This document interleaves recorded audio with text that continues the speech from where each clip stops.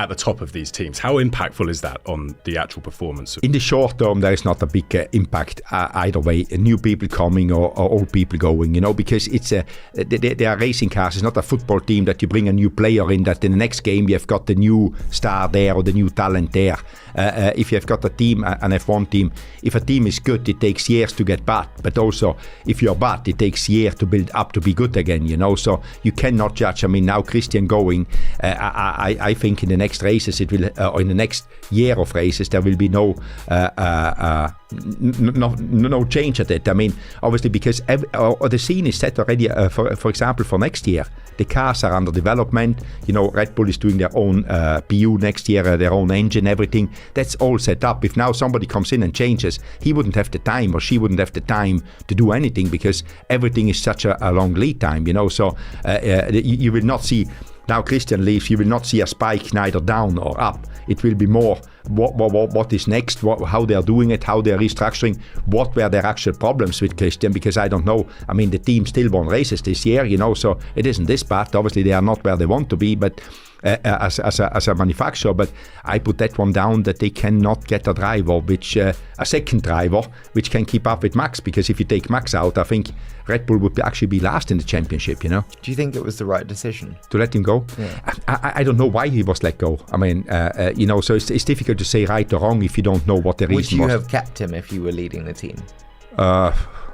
I would say, Christian, he won a lot of championships in the end, but if there was something which wasn't working internally, there was too much friction. At some stage, you have to make change, because it takes, if there is friction, that takes energy, and people don't focus on the right thing to make the team and the car better, but focus on how to position themselves in the team. It's nothing else than a big corporate, Big corporates normally struggle when there is a power struggle, If it is all clear and plain sailing, companies are successful. And but I don't know what happened internally, and for me, it was a little bit surprising what happened. Timing seems, timing always in sport is crucial, and it just seems extraordinary.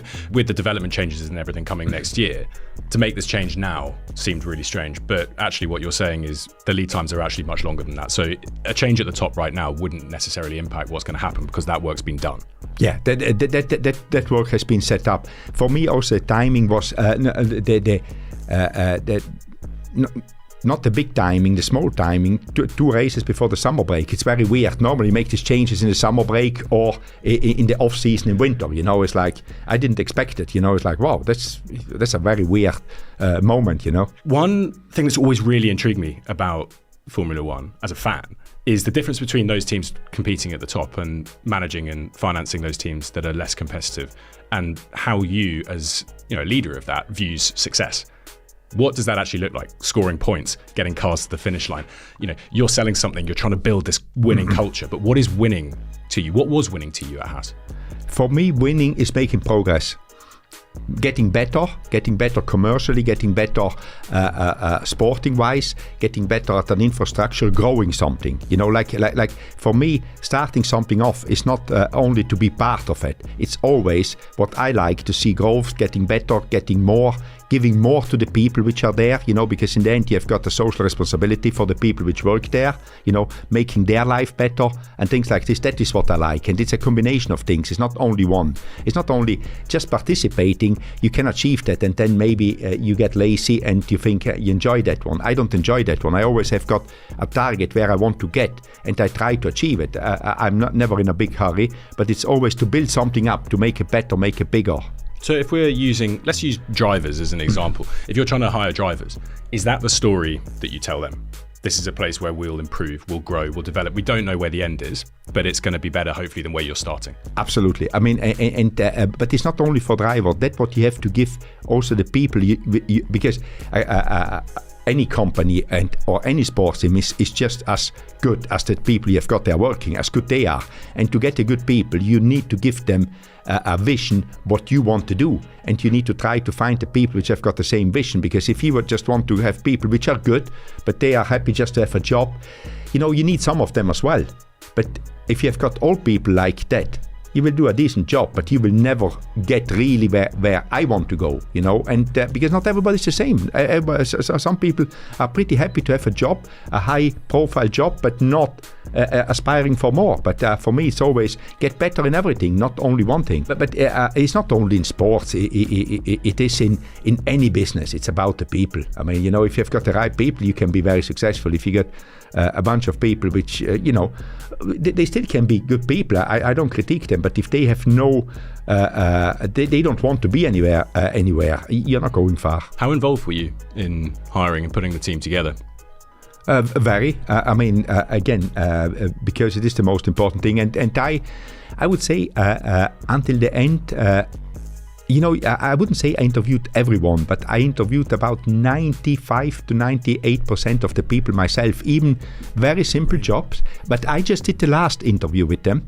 When, you know, the manager which needs these people, they need to interview if they can do the job technically, you know, if they've got the right skills, you know, technical skills, computer skills, whatever they need.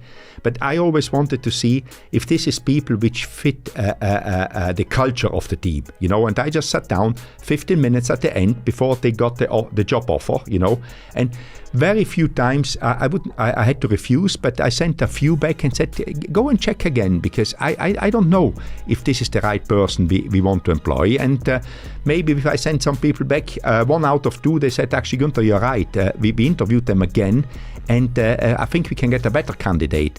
And what it does as well, the managers take a lot more care when they employ their people, because they know the people come to me, so they don't want to look to have done something not correctly, you know. So they interview much more focused to get the right person, because they want to show them that they're doing a good job to me, you know, and it makes them more focused to get the right people. Drivers, balance between talent and cultural fit, and the importance of that in a team. How do you weigh that up?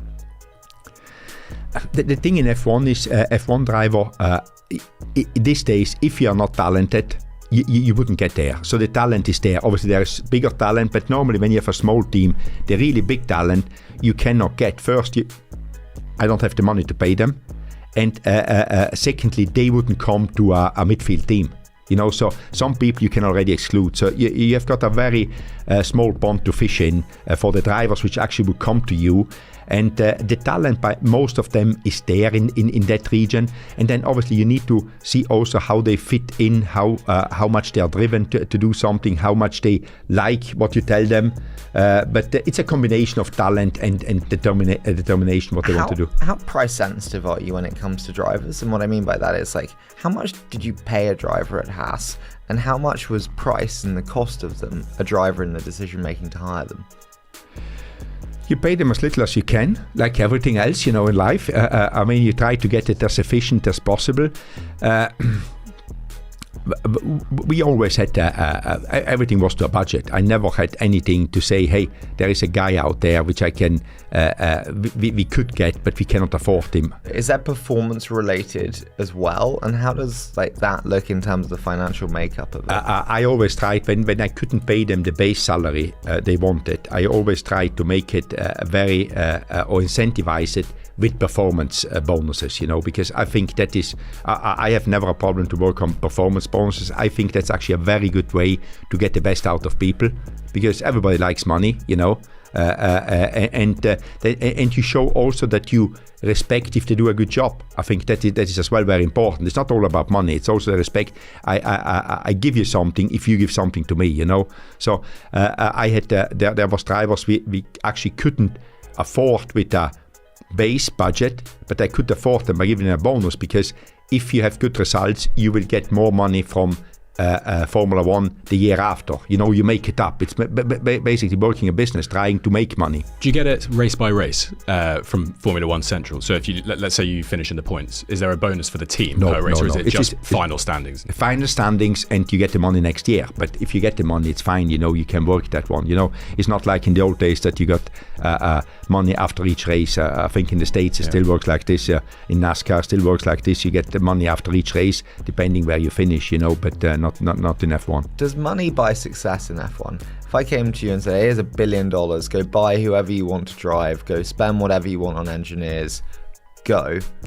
No, but again, I think we have to expand a little bit on that. Now with the budget cap, it's even more difficult to say this, but you need to have a certain amount of money to have the chance to be successful. You know, if you say, I'm not at the budget cap, you cannot beat the other ones, because how can you do that? I mean, you would need to be a lot smarter than the other ones, and there's pretty smart people in all the teams now, there was always in Formula 1, so it is very difficult to say to somebody, I'm smarter than you, I can do more with less money. You can participate. In the old days, I think it was different, because some of the teams, they had a lot of money, but they were really not structured or organized well enough to use the money best. So these days you need to have a certain amount, and then obviously if you do a good job with your car, then you need some more money to get the best driver, because the best driver, they are a lot more expensive than the I wouldn't say not so good drivers, because they are all good in Formula 1 now, but you have got always this exceptional talent which you want, but the exceptional talent gives you get something back, because if you win the championship, you get money because you won the championship, and you attract sponsorship because you are successful. So the driver, again, even if you pay him, if the driver is paid a lot, that's an investment. That's not an expense. The salary caps sitting outside, the salaries sitting outside of the cost caps, it still creates that, while it's made it much more accessible to participate for people and financially sensible, that does still favour the teams that can afford more. So the teams that can't pay that aren't getting the investment, will always because the budget cap is split in two, or was, with the new one, I think it's together. I haven't seen the latest Concord agreement, but before it was capital investment and operational investment was there, and operational, even if you're on top, you need to make capital investment to bring the operational expenditure down. I mean, you know how it works. You buy better machines. There's a pattern forming at the top of Formula 1. We saw Red Bull losing Adrian Newey, and recently, Christian Horner. The team that once looked unshakable is now showing fault lines. Gunther Steiner, ex-Haas principal, spoke up on the matter and laid out an uncomfortable truth. The power structures that once used to hold F1 teams together are gradually disappearing. What's replacing them is messier, brutally corporate, unclear, and somehow unstable. Ferrari has been through that. In fact, it spent the last 15 years trying to fix it. That's why what's happening at Red Bull matters so much. Not just to Verstappen, but to Ferrari's next big decision. Steiner's view about team principals losing power is not a sheer theory, but something he experienced. His own exit from Haas came through a short call. There was almost no negotiation or formal debrief. That reflects the reality of modern F1. Owners and boards move faster than the people managing the garages. At Red Bull, Horner's role was different. He didn't just front the media, but shaped the culture, managed drivers, and kept Marko, Newey, and Verstappen aligned. Now all three of those links are evidently fraying. Marko's influence is fading, Newey is out already, and Verstappen is watching. Ferrari has seen this script before as well, and for once it's not the one playing catch-up. Granted, proving all rumours and speculations wrong, the Scuderia team boss Fred Vasseur isn't under fire right now. However, when you run OT like Ferrari, the risk never goes away. The job has pressure built into the walls at Maranello. That's why the rumour about Horner being approached by Ferrari gained so much attention lately. It didn't come from nothing. While there was no formal offer or confirmed talks, some signals were exchanged, and Horner didn't shut the idea down. He even praised Ferrari's current structure, which raised a few eyebrows. But would Horner fit at Ferrari? That's more complicated. The lifestyle, the politics, the geography, all of it leans against the move. However, remember, the idea didn't come from thin air. Ferrari has looked outside before. They brought in Jean Todt, Arriva Bene and Binotto from engineering. Hence, it's not unusual for the team to consider external resets when things do not go as per expectations. Hamilton's arrival helped the Red Squad sharpen its processes, but no one expects him to lead the next regulation cycle, which starts in 2026. It requires someone who can carry the team into the next 5 years. Ferrari knows this, so does Verstappen. What Steiner said about Verstappen is what everyone insider already knows. He's mentally consistent, exceptionally disciplined, and completely uninterested in politics. He wants clarity, speed, and control. If Red Bull can't offer that anymore, he's expected to look elsewhere. And that's where Ferrari re-enters the conversation. Right now, the second seat post-Hamilton is open, and Ferrari is preparing its 2026 car with serious intent. Their engine is ahead of schedule and simulator work has increased. Moreover, the aero team has started early alignment with the power unit group. So it won't be completely wrong to say that if Red Bull keeps slipping, internally, not on track, Verstappen may start planning a move, and if Ferrari is the only team offering both performance and leadership stability, the math becomes simple. There are three people who matter in that equation: Vasseur, Leclerc, and whoever fills the second seat after 2025. If Horner wanted to step in, that would change the calculus again. But there's no current vacancy. Vasseur has held his ground through 2 full seasons, and the paddock isn't hearing any signs of internal pressure. Still, in the present F1 scene, no team is immune to internal erosion. Ferrari has experienced it, while Red Bull is entering that phase now, and that's why Ferrari's quiet position right now is so interesting. They're not chasing headlines or forcing changes, but preparing. Verstappen may never leave Red Bull. He has 3 more years on paper, but in practice, the moment trust erodes, contracts become flexible. No analyst has ever said it, but everyone knows that when power shifts away from team principles in F1, uncertainty creeps in through back channels, and that wide opens the door for a move. Is anything big coming up? Let's wait and watch. Also, let's see what Ferrari brings to the coming Belgian Grand Prix. Stay tuned and subscribe so that we can always keep you updated.